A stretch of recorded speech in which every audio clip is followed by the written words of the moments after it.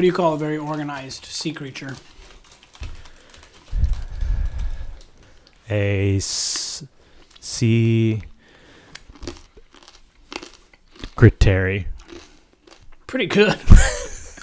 Pretty good. Efficiency. That's pretty I good. made that one up. Did you? I did. Oh, that's good. Thank you. 1, 2, 3, 4, hit it!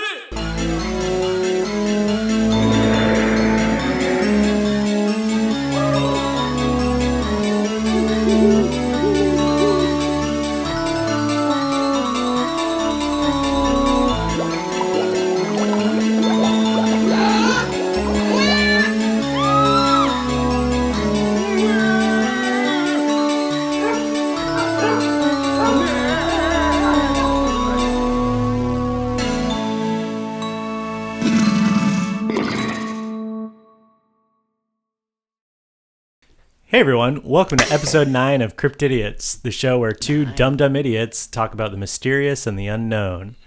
I'm John, and I love to attend a festival.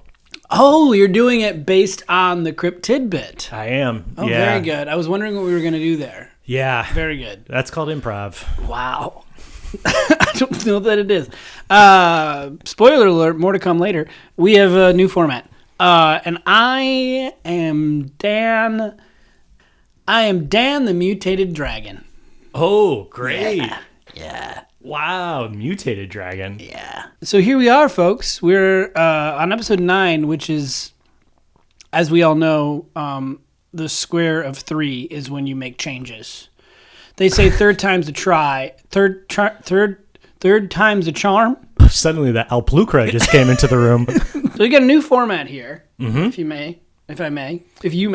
Yeah, introduce it. I may. Yeah, okay. So a little bit, crypt keeping here, just to make sure that everyone is aware of why this episode in your feed is shorter. It's because the episode is going to be shorter. We decided to switch up the format a little bit. We think that every cryptid deserves its own episode, essentially. Yeah. Now we can really lock in. Yeah. Yeah. So I think what we'll do going forward is we'll share a crypt tidbit, then go into our cryptid of the week, and then we will battle that cryptid against the previous week's winner. Yep. And so we'll be able to focus a little bit more on the issues at hand. The stuff that matters. One more crypt keeping. We missed our first week last week for the first time ever. Mm-hmm. It's because John got engaged to Bigfoot. Cheers. And we'll never do a podcast on her. Never. She's the love of your life. Yeah. Why would you? It would be disrespectful. Yeah, obviously. Why would you talk about your wife that way? Battle your wife against... And then I need to have you rate her how much you Well, want I to... do that anyway. So congratulations to John. Woo! Thank you. So I'm going to start off with a little bit of, a cryptid bit. Yeah, which is where I get to sit back, relax, and enjoy the show. No, I would like you to participate. Nope. Thank you. No, thank you. So I wanted to take this week to give a shout out to a source that I've found very useful. That's my listening face. So I found this source very useful. I haven't cited her yet, but she really gets the gears turning when I'm doing research for an episode. Sharon A. Hill. She writes a great Substack. She also has a fantastic website where she tracks cryptid news. So she's been spending about a quarter century studying anomalous natural phenomenon. Anomalous. Like an anomaly. No, the ones that are... They don't have a name. Huh? Anonymous. Anonymous. No, you're right. Yeah. Anomalous. No, well, now I don't know. Now I've lost it.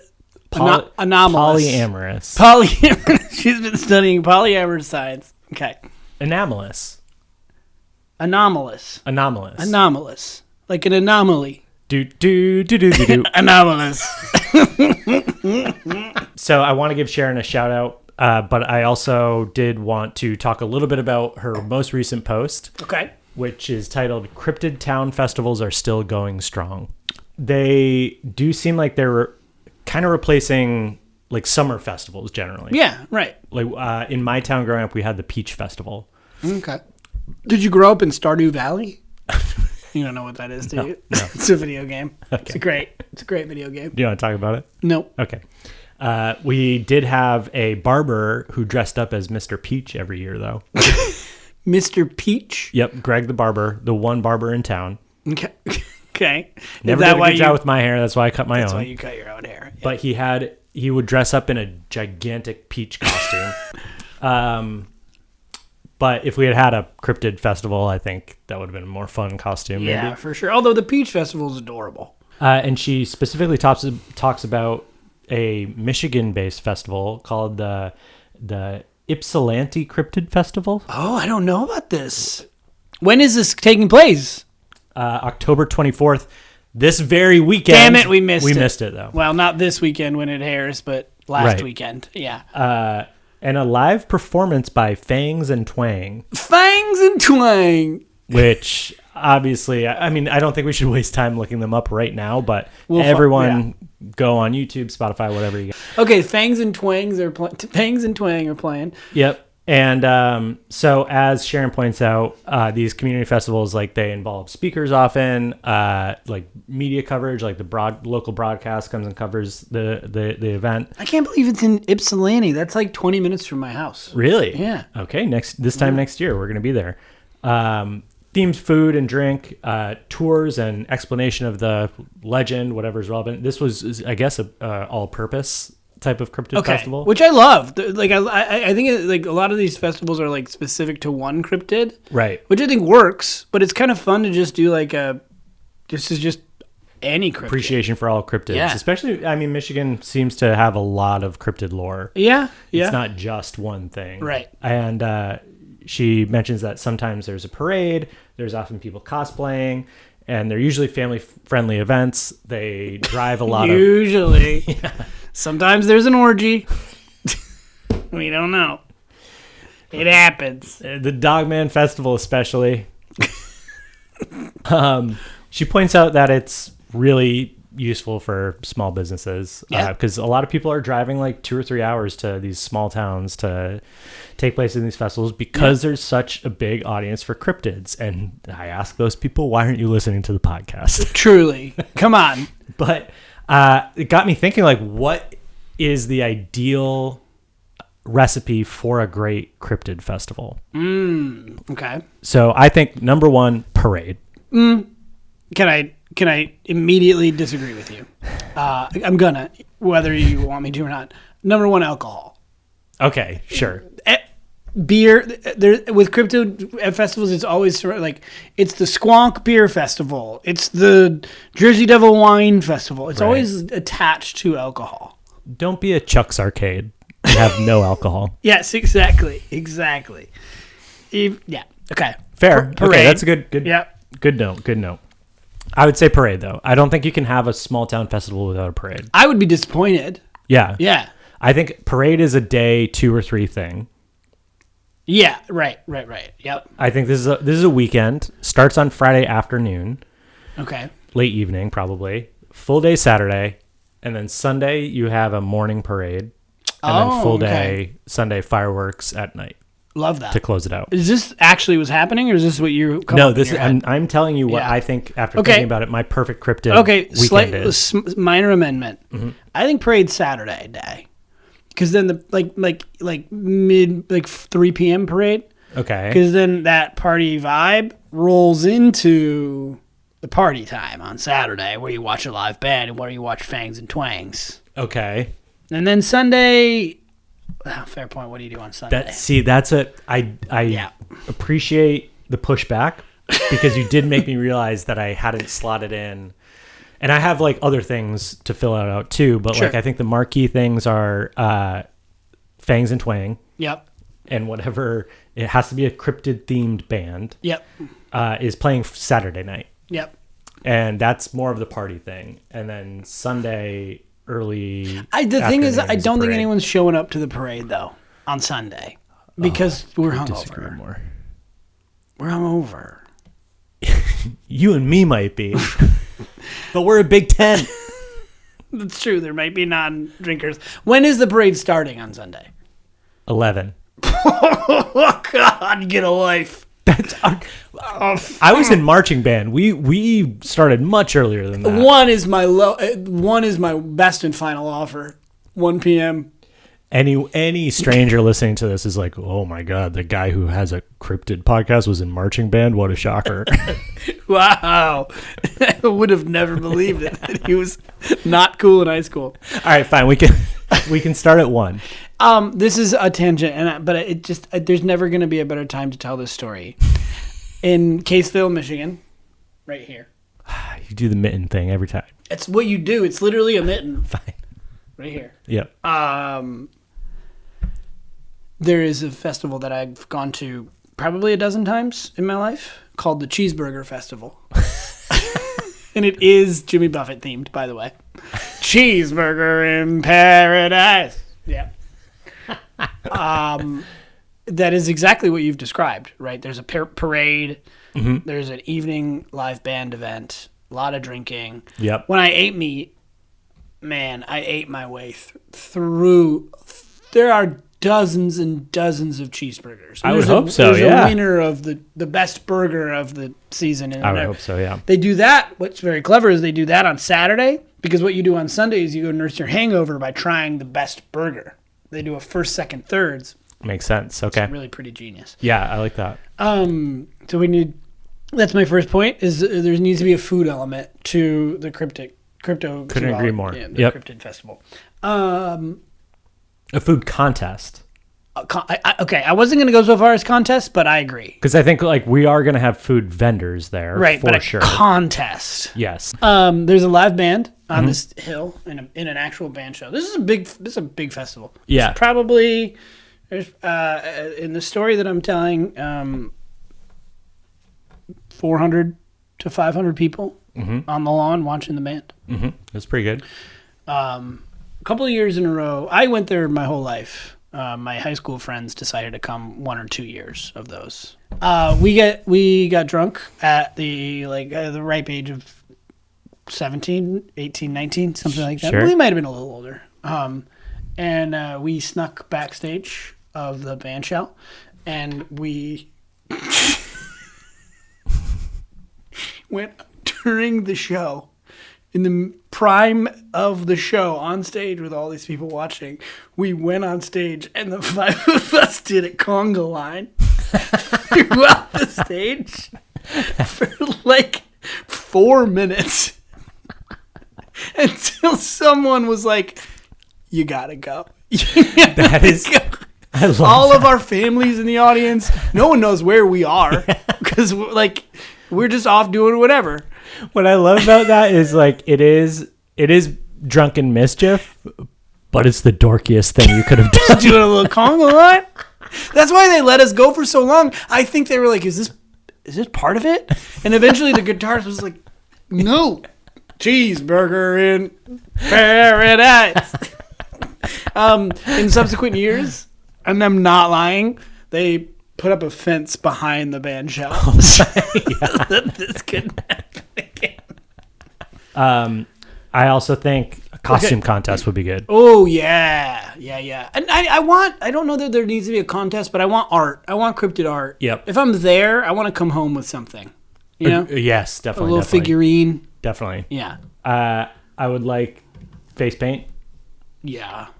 I think face paint is a requisite for entry. You can't come in. You have to have. You can't come in. Like there's stands right here you can immediately go into. Yeah. Or you can do it yourself at home. I like that. That's a good idea. A lot of people would do blackface unintentionally.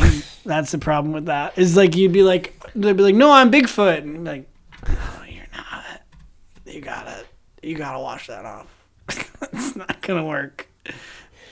They'd feel bad. Don't get me wrong. They'd feel bad about it. Right. They didn't mean to do blackface, but they did it at home because it was a requirement. And it would. The blowback would be on us ultimately. Right. Yes. Yeah. You're right. That's okay. really. So never mind. Really So face strong paint point. optional. Face paint optional. And I think a dunk tank. Yes, the Loch Ness dunk tank. Oh, yeah, that's really good. Yeah, something related to Nessie. Yeah. Yep. Or have an octopus at the bottom. Or have an octopus. An octopus has a gun. We've got food, we got parades, we got like, and when I said alcohol, I don't mean like, oh, there's booze everywhere. Like there's a beer tent where we've brought in vendors from around the state who have specifically made like a Bigfoot IPA, right? A Nessie, whatever. Yep. Yeah, Scotch. Yeah. That's actually pretty good. Is it Scottish? Right. Yeah. Yeah. Okay. So we got booze, we got food, costume contest, we got a parade. Yep. Face paint. Concert. Not required. Concert. Dunk tank. Dunk tank. We said food contest. I did say that already. Okay. Yeah. At one. No shoes.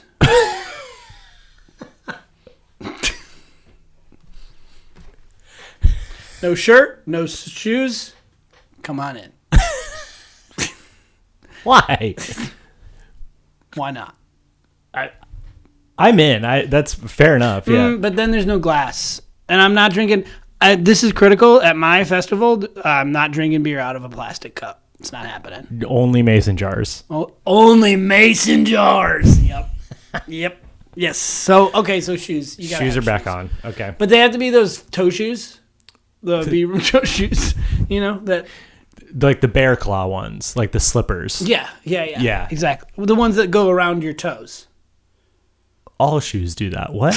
What are you talking about? Like that hug your toes. Oh, like the barefoot ones? Yes. Yes. No, I'm talking about the slippers that look like bear feet. Oh, okay. Those would be feet. acceptable bear. You know what I mean, though? Well, now you thought when I said, okay, what's so good? Okay, so you have to either have barefoot shoes or barefoot shoes. That was unintentional. That we were both thinking barefoot shoes. Which is, I think, like that synchronicity is how we know it's a good idea. Absolutely. I have one more. Okay. And it's a kid walking around in a clown costume. Ugh. What? No. Because I did that one year at the Peach Festival. Okay, and you need to. This is your Hey King sort of. I am the Hey King. I am the Clown King. Yeah, no. You're not Dwight Schrute. You can't. But I literally did that. I dressed up as a clown and just walked around the Peach Festival, like, hoping someone would ask me what I'm doing. Wait, so this wasn't like. This is just something you did? Yeah. No, I walked around, saw some of my friends, and they were like, what's going on here? Friends. How old are you? Well, they were obviously the VFW members who got rolled into the Peach Festival. That's mostly who I hung out with. This is my friend Ronald. He's got a Purple Heart. He lost one of his kidneys in Vietnam. Yeah, I dressed up as a clown and walked around for a little bit. I wasn't getting enough attention to make me want to keep doing it. I think you could have just ended that sentence. I wasn't getting enough attention, and so so I did it. Decided to do that. Yeah. The more I say it, the funnier I think that is. It's actually pretty good. Like if I'm your dad. Yeah. And I'm like, all right, you gotta, like, we're leaving in 20 minutes. You're like, hold on 1 sec. And you come down in a clown costume. All right. Yeah. Credits to my parents. They might have questioned it. I don't quite remember. They definitely questioned it. They questioned themselves. They let me do it. Wow. Okay. Yeah. So just as like a little Easter egg. Yeah. For the fans of the show, there will be a 13-year-old walking around. It's gonna have to be an adult who we can pay real money, because then it's child slave labor, and we can't do that. Well, no, we're not gonna pay the kid anything. Again, he's gonna like on the doing slave it. labor. Oh, he's gonna like it. Yeah. Great. Well, until the afternoon, and then he's gonna change. But we'll let him go home and change.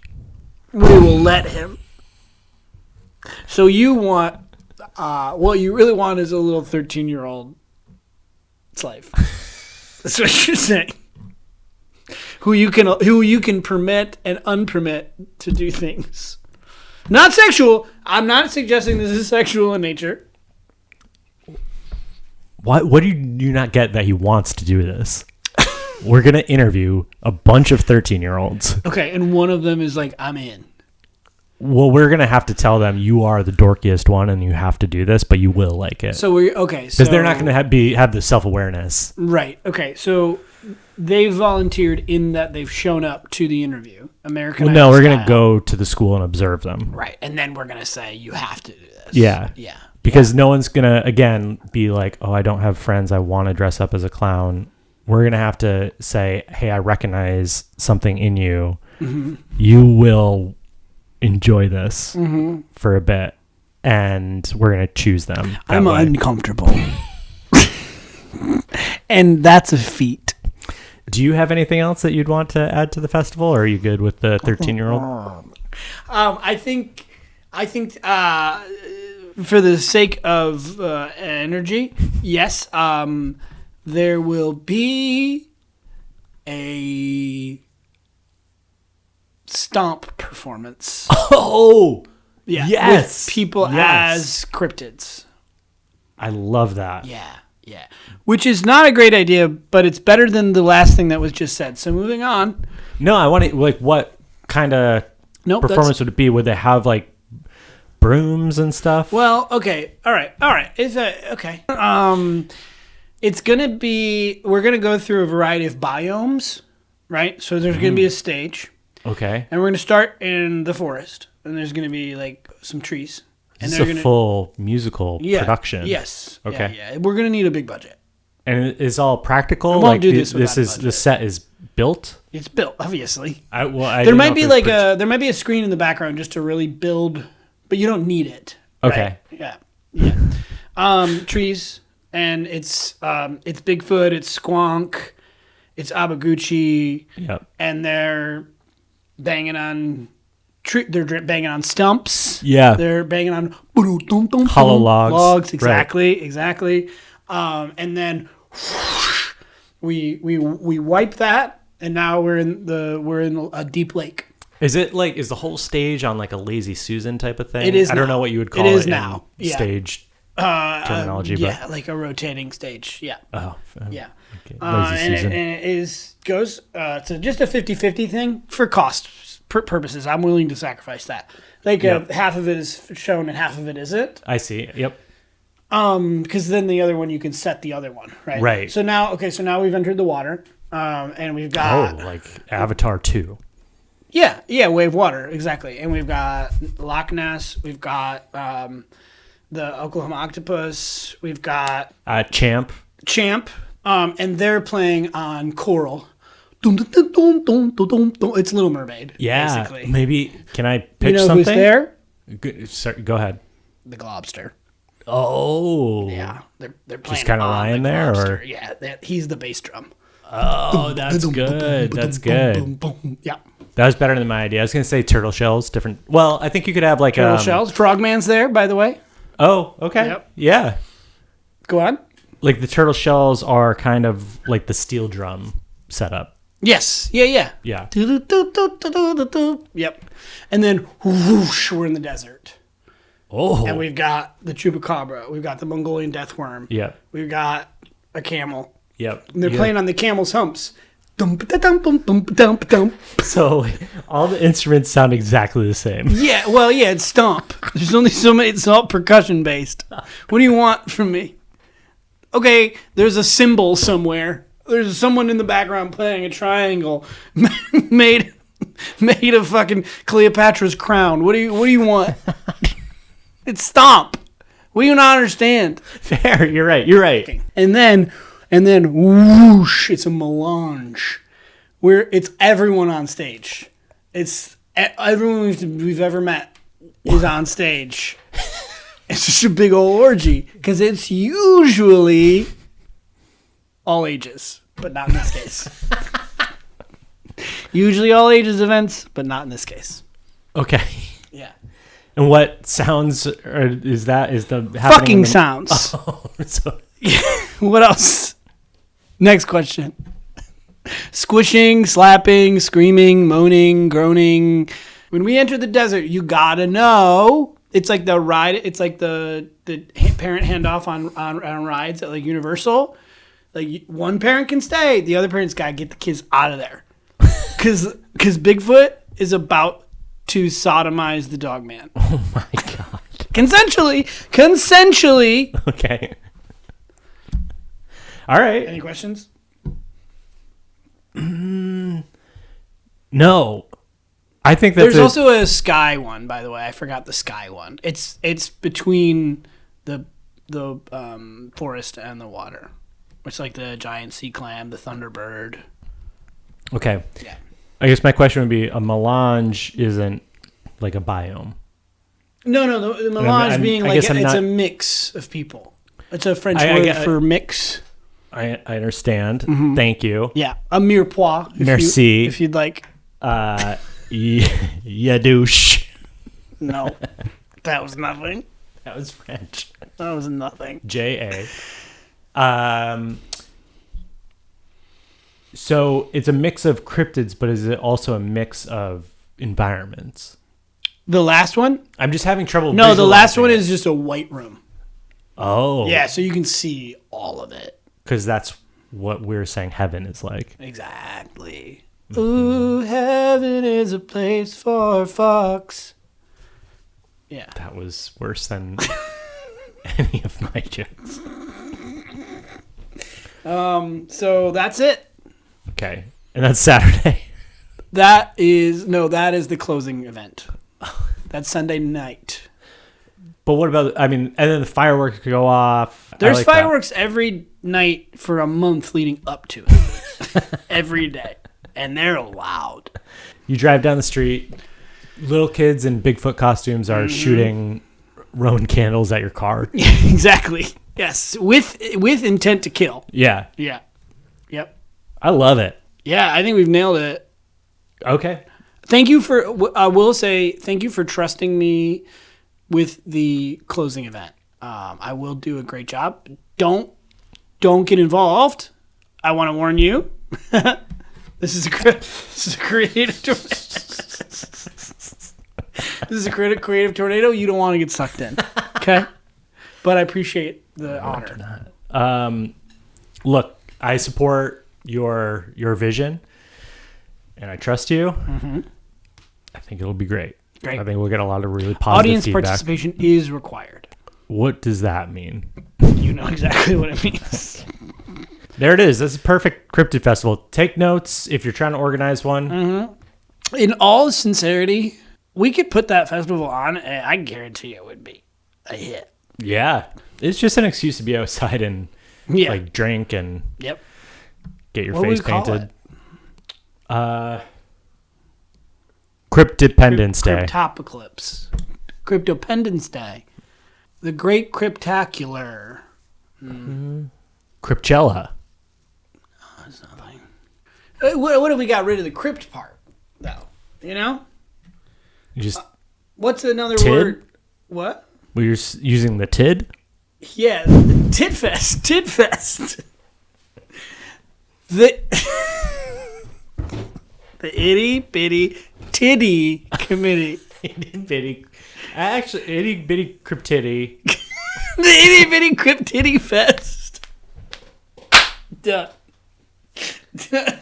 That's how we communicate that as family friendly. Exactly, because it's itty bitty. That says little kids welcome. Little kids welcome at the itty bitty cryptiddy But once fest. the desert scene happens, get them out of there. Get out! You have to know. Get them out, because they're not old enough to see what they're about to see.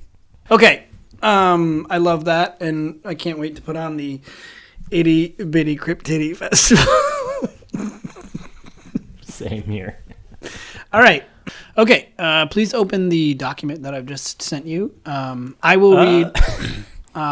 It's just to make sure it's the right file. Yep. The file name is snallygaster.pdf. Yep, that's exactly it. Okay. Yep. And I'm who? You are Bupert. Bupert. Now, Bupert. imbue Bupert with a voice, just so I can kind of creative direct. Okay. Can you give me like a line? His first line is, "What was that?" What was that? Pretty good. Yeah, actually nailed it in one. Less cartoonish? Nah, or? we'll take it. All right. I'm Bupa. Okay. I think I got it. Exterior farm evening. 2 men work in a field trying to squeeze the last bit of workable light out of the day. Suddenly, a train whistle sounds. They pay no notice. But it continues for a long time and begins to sound almost organic. It sounds again, this time closer. What was that? I don't know for sure, but have you heard of the Snallygaster? The fucking what? The Snallygaster! Wilhelm, I don't know what word you're saying. You sound like you got marbles in your mouth. The smeller guys? Nein, the Snallygaster! The smelly gust? Snallygaster! The snallygast? Snallygaster! Snallygaster. Mein Gott. Close enough. Anyway, the Snallygaster was... Suddenly, a tentacle wraps around Wilhelm, and he's pulled up into the air and carried off by... the Snallygaster. Oh, Lord. No, that was almost goofy. Goofy? Gosh. Wow. I'm excited to introduce to you... Thank you. I'm excited to introduce you the Fast Ghost. The fast ghost. The Fast Ghost. The fast ghost. The Fast Ghost. Do you also have to say it fast? I mean, why wouldn't you? Fair enough. Yeah. I really like your Wilhelm, by the way. Thank you very much. Yes. Excellent. I'm going to talk to you today about the Fast Ghost. Are we going to learn more about Bupert and Wilhelm? No, they died. Yeah. It was really sad, actually. What farm were they working on where there's this German guy and then this yokel? Oh, Wilhelm is indentured servitude for accidentally murdering Bupert's wife. Yeah. So like they were okay. So they were all. It wasn't a throuple sexually, but like they were really, really, really close. Bupert, Gwendolyn, and Wilhelm. Mm-hmm. Wilhelm just sort of showed up on their doorstep one day when they're like early 20s, and he was an immigrant from Germany, kind of Pennsylvania Dutch vibe, outcast. Wasn't really up with that whole thing. He wanted to embrace technology. He wanted to understand society from a different perspective. And he showed up at their doorstep. They let him in. Bupert's turned into a vampire. Wilhelm turned Bupert into a vampire. Oh. Critically, it's not Sinners because Wilhelm is not a vampire. It was an injection sort of thing where he got vampire blood and then he put it in Bupert. Why would he do that? Kink thing? Obviously. Okay. And then, unrelated, Wilhelm hit Gwendolyn with his truck. He backed in, like kind of like how people accidentally kill the cat in the driveway. She was laying down in the driveway, and Wilhelm backed up the truck and murdered her. But because he's an immigrant, he didn't have they didn't really give him that fair of a trial, and so he had to go to prison. But Bupert, while angry with Wilhelm, felt bad because he's like, this is my friend. And so he convinced the judge to just place him in indentured servitude under the sort of control of Bupert the vampire. So that's their backstory. Is that enough for you? That does clarify it. Thank you. Okay, good. So the Fast Ghost. Forgot that. AKA the Schnellergeist.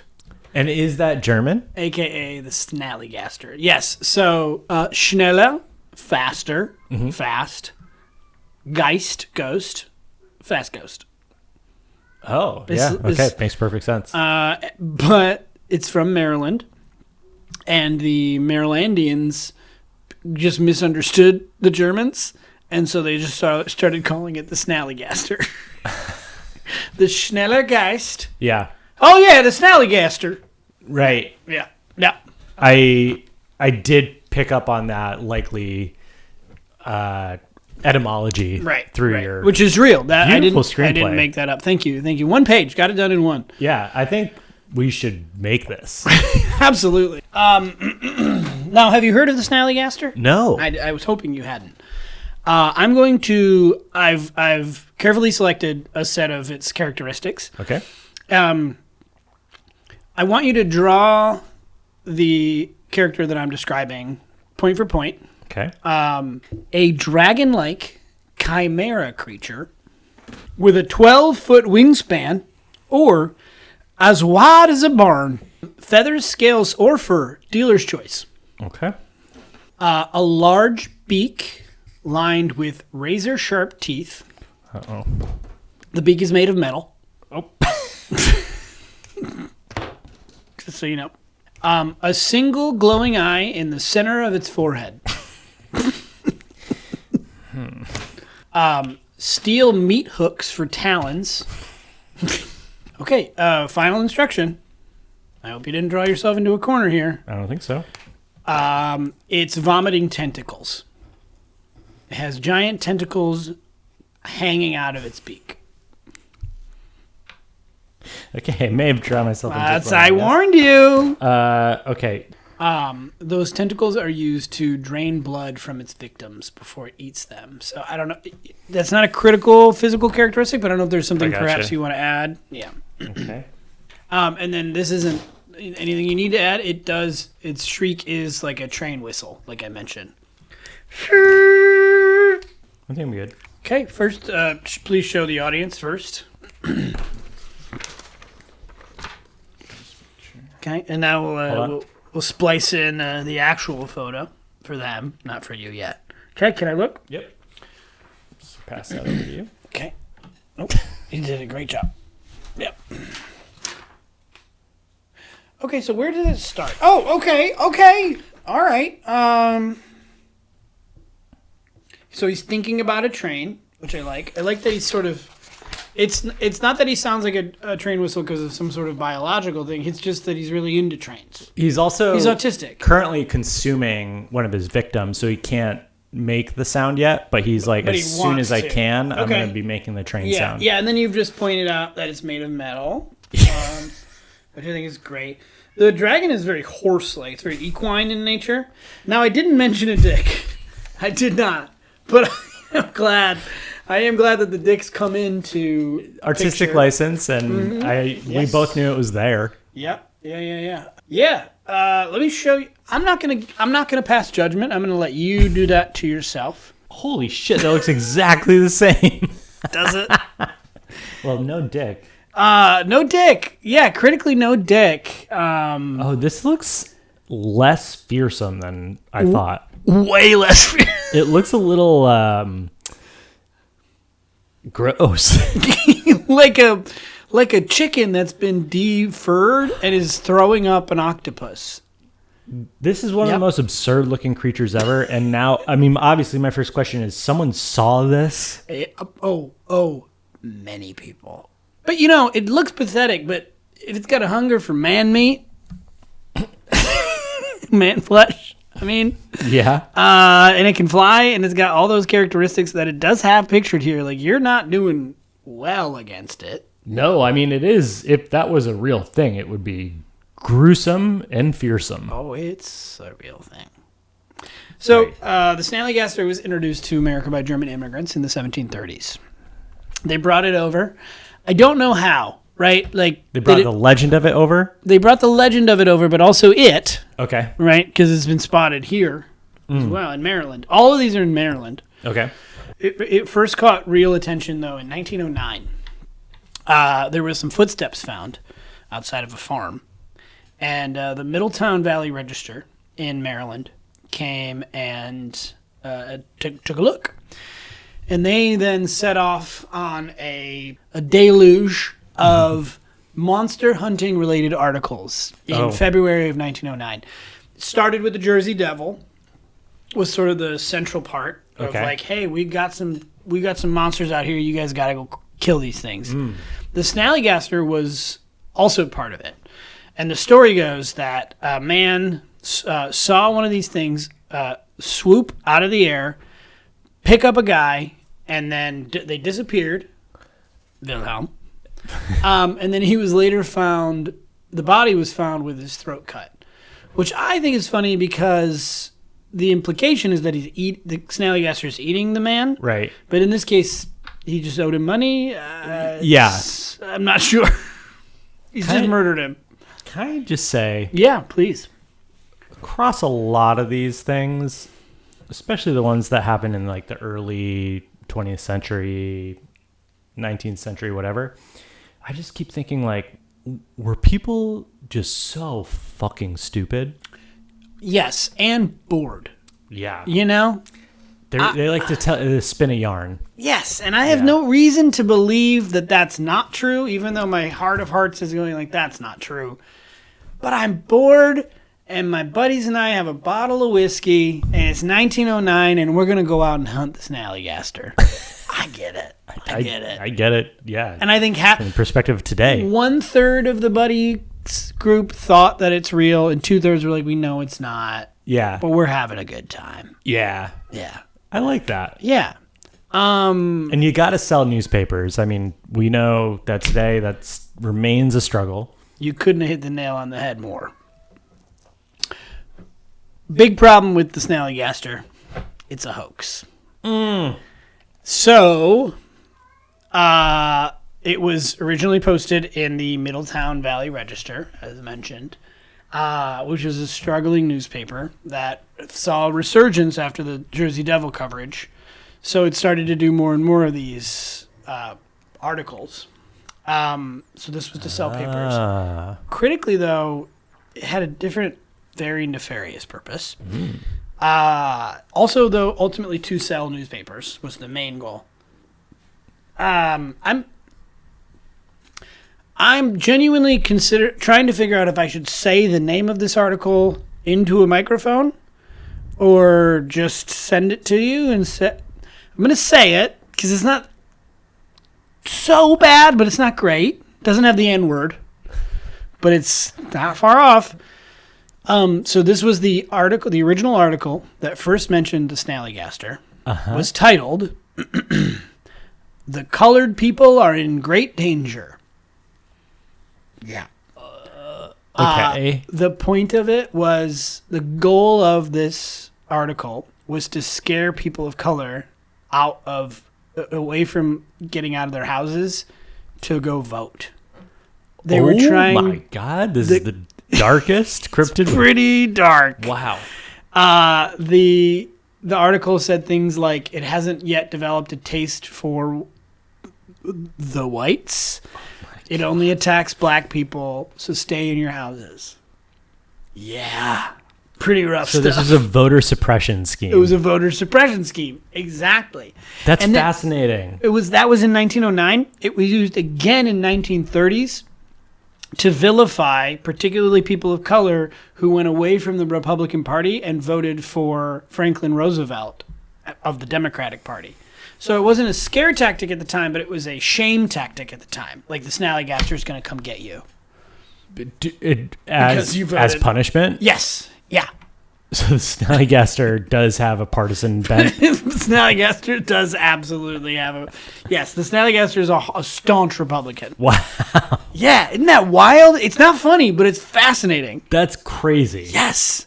I wish that they hadn't gotten so much more sophisticated with like gerrymandering and stuff like that over time, and we were still using mythological creatures, because there's something like, it's awful and disgusting, but it's a little bit more whimsical than what's happening now.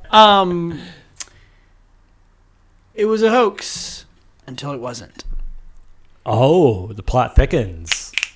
The thought plickens. Okay. Many more sightings in the 30s. Until it was finally spotted dead. Officially dead. Reportedly lured by the smell of illegal moonshine in the early 30s. And drowned in a 2,500 gallon vat of moonshine. The Snallygaster, which has been around apparently since the 1700s, and killed a lot of people in the 30s and the 10s. Yeah. Got super into the hooch. Fell off the wagon. Fell after all that off time. the wagon and into a vat and drowned himself in moonshine. And apparently the feds found it and blew up the evidence. And Of course they did. Yep. And Bupert was there going, hey, he's in there. He's in there right there. Don't worry about what that is. That there was a Snallygaster trap. Get back inside, Wilhelm. What is it, Bupert? My love. Wait, Wilhelm's dead. Wilhelm's, we don't know. We don't know. Bupert's alive because he's a vampire. He's ageless. Right. Yeah, there was a 2,500 gallon vat of moonshine that was just then destroyed by the feds, and he was dead in there. Until the twists and turns of this story are in 2002, an unidentified pilot flying over Chesapeake Bay spotted a massive flying creature with tentacles hanging out of its mouth, flying over the bay. Okay. That was 2002. Yep. I will just say that was midterm election year. Interesting. Also, awfully close to 9/11. Wow. Snallygaster did 9/11. Oh my God. The Snallygaster did voter suppression. Yeah. It did whatever the fuck in the 1930s we want to call it. Yeah. Voter oppression. Yeah. And it did 9/11. Oh my God. Yeah. So it was probably the one that flew into the Pentagon. I would assume so because there's no evidence. Right. Right. Yeah. We don't have the, yeah. Right. Right. And it's a Maryland-based. There you go. Yep. Yeah. Yep. Snallygaster flew into the Pentagon. So. And Pete Hegseth knows it. Yeah. So I have more. I have more snippets, but that's the gist of the Snallygaster. Could still be around. We don't know. The Wario to its Mario is called the Dueo, Okay. which is also known as the Maryland Dogman. It's a dog. No, help! The Dueo is depicted literally as it is like they talk about it as like the battle between sky and land. The only creature that can kill the Snallygaster is the Dueo, which we'll cover at some point. But that is his own. It is a dog-like creature Okay. that is capable of killing. It is the Krypton to Superman. How do we know? How do we know any of this? Don't ask that Okay, question. sorry. Dumb question. But how would they encounter each other? Couldn't They fight all the time. Apparently, they fight all the time. They fight all the time. Of course. All the time. Of course. What's special about the Dueo that it can kill it? Unclear for another episode. I didn't do any. I Sorry, intentionally didn't didn't mean to do any research into the Dueo. Okay, the Snallygaster shows up in pop culture quite a bit. He is he is the final boss, or one of the final bosses in Blair Witch Volume 2: The Legend of Coffin Rock, which is a game from the year 2000, a video game. What? They made a Blair Witch game and then a second Blair Witch game where you fight the Snallygaster. Actually, this makes sense because the Blair Witch, I don't know if you know, is set in Maryland. There you go. I didn't know that. So they actually did their research. There's an annual beer festival called in Washington, D.C. The festival looks amazing. I looked it up. The aesthetic of it is beautiful. The art around it is beautiful. It's in October. We're going next year. It's also a whiskey. The Snallygaster blended whiskey. That seems honestly like a little bit sacrilegious or disrespectful given the one death of the Snallygaster that we know is that it got blown up in a vat of moonshine. I didn't think about that, but you're exactly right. And then there's also a museum in Maryland. I intentionally, because of our new format, did not critique it. I thought we would do that together. Great. Yeah? I love it. Okay. Yeah. So where do you put its fright level and gruesomeness? I think on the count of three, we could think about it, but I think on the count of three, or talk about it, but then we would name it. Yep. Okay. 1, 2, 3, 9. Okay. Because it's pathetic. No, I think a 9 is right. Sorry, I mean, I'm kind of having a hard time forgetting that it is a hoax written by this newspaper. It's not, though. They claim it's a hoax. It was later seen in the then 30s, and then it was also, I didn't mention, seen in the 70s and 80s, Right. and then again in 2002. The racist part was the hoax. It's like saying bears are going to eat you because you have blonde hair. The truth is bears exist. They're not going to eat you because you have blonde hair. That part was the hoax. Right, okay. The Snallygaster exists. Of course. The fact that he was trying to make people of color not vote is the hoax part. Right. Okay, so landing on 9. It's power. I mean, it caused the entire war in Afghanistan and Iraq. So, It's pretty true. 10 out of 10. yeah, probably. It took out the Twin Tower. It took out the Pentagon. Took out the Pentagon. Yeah. It is unkillable. Except for if you're the Dueyo. Right. Right. God, that's got to knock him down a bit to me. Because I think that the Michigan Dogman would also be able to kill it. If the Dueo could, but it doesn't lurk in the same area. Right. Sounds right. like. So that, I guess my point is, I think that it is as susceptible to death as there are quantities of dogmen, and I think we know there's a dogman in Michigan. We know there's a dogman in Wisconsin. We know Right. there's a dogman in Maryland. Okay. Yeah. Where else are there dogmen? I think there are. Yeah. Yeah. Yeah. So I don't know. I would actually maybe go as far down as 8. Yeah, I think 8. Yep. Because it got blown up by the feds already Right. in the 30s. Supposedly. And, do you think they might have trained it and given it weapons to fight the Soviet Union? And they faked its death. Go on.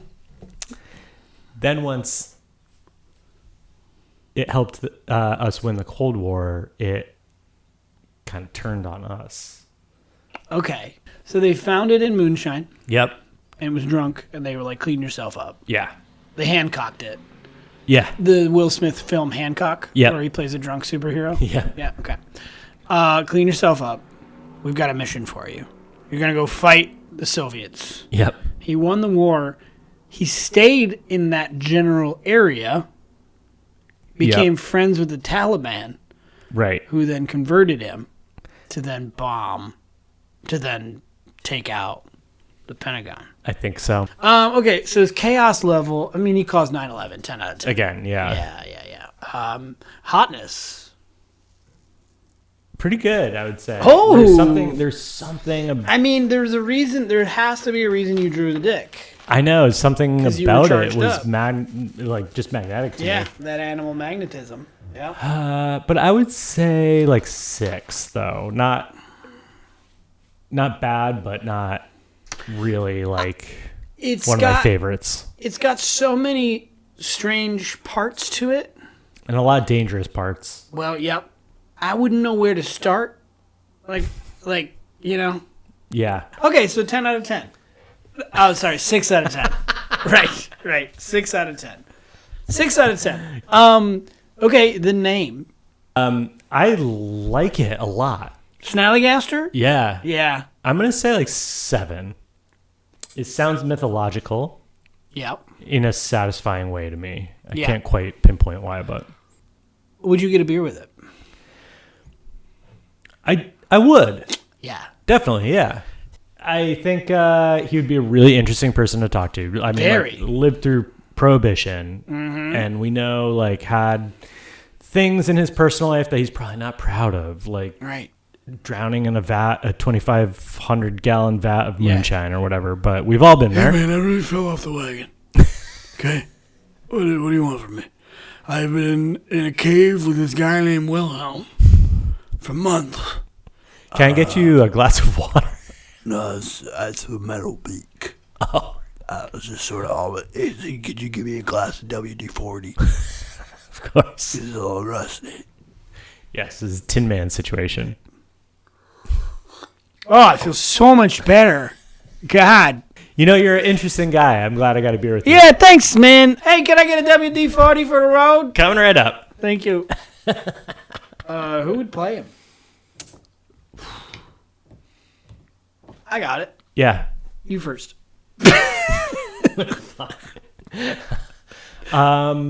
Like, I haven't put any thought into this. This is the first face that popped into my mind. I don't know why. Mine is the actor who played Ernest in Ernest Goes to Camp. Jim Varney as the Snallygaster? This is actually, if you look up pictures, really this is not bad. Snallygaster goes to the USSR.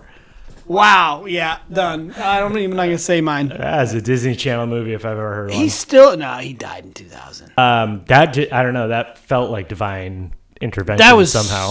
That was incredible. That was incredible. It's absolutely Jim Varney.